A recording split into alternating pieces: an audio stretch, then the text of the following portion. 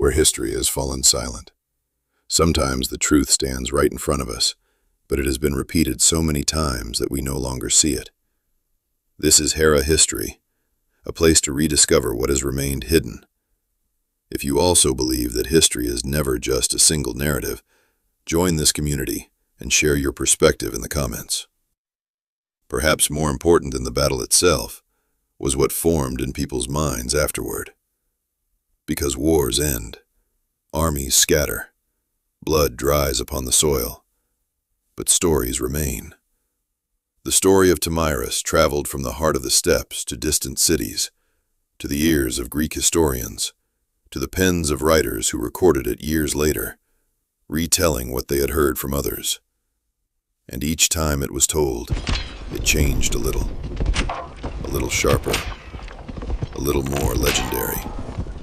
For the Greeks, this was not merely the story of a woman. It was a warning to any ruler who placed too much faith in his own power, a symbol of the fall of pride. Yet on the other side, Cyrus appeared in a different light.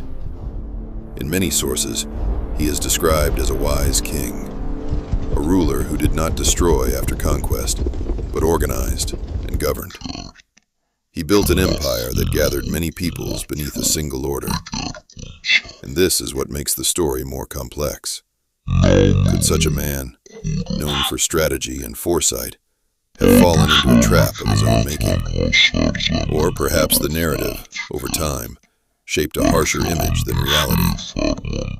Some scholars believe the famous scene of the bowl of blood is less a precise historical report and more a literary symbol.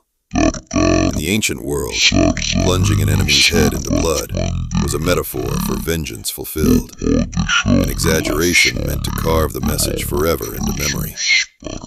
But even if that moment never happened, even if the famous words were never truly spoken by Tomyris, one fact remains. She was a commander. She stood against a vast army, and she did not surrender her land.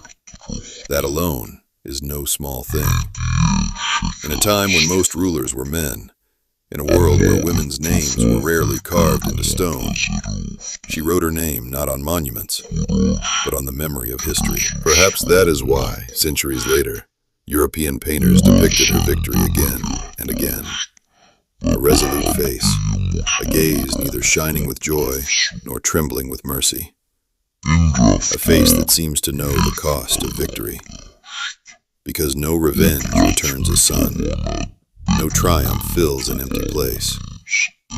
And perhaps that is the hidden tragedy of this story. Tomyris won, but at what price?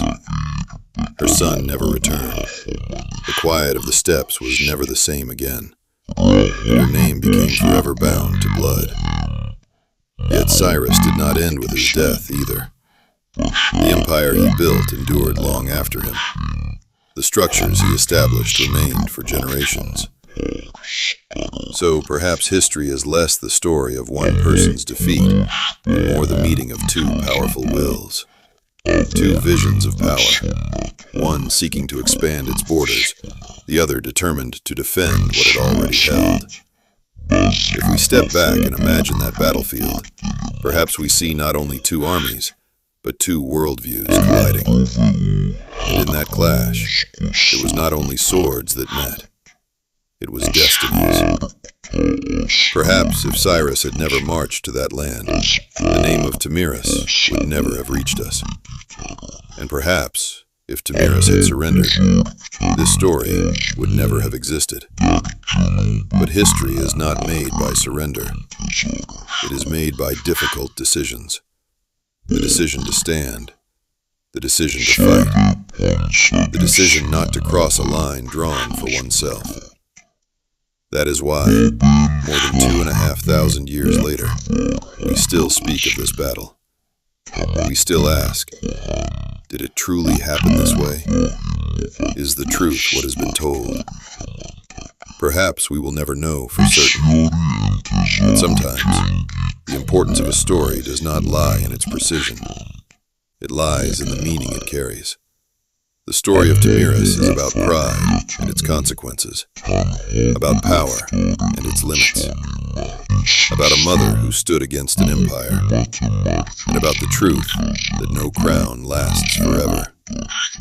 Today, in the plains of Central Asia, there are no armies, no echoes of those cries. The wind moves through the grass, as if the earth has absorbed everything.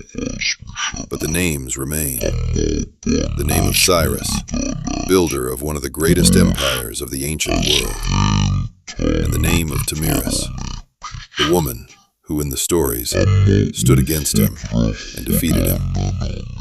Perhaps the exact truth lies somewhere between these two narratives. But what is clear is that both are part of history, and history has always been shaped by the collision of powers. And so, in the silence of the endless steps, a story was born. Not entirely legend, not entirely record, but something between the two. A story that is still alive, still debated, still urging us to ask, how far can power go? And when does another will rise to stop it? Perhaps the answer lies in that moment.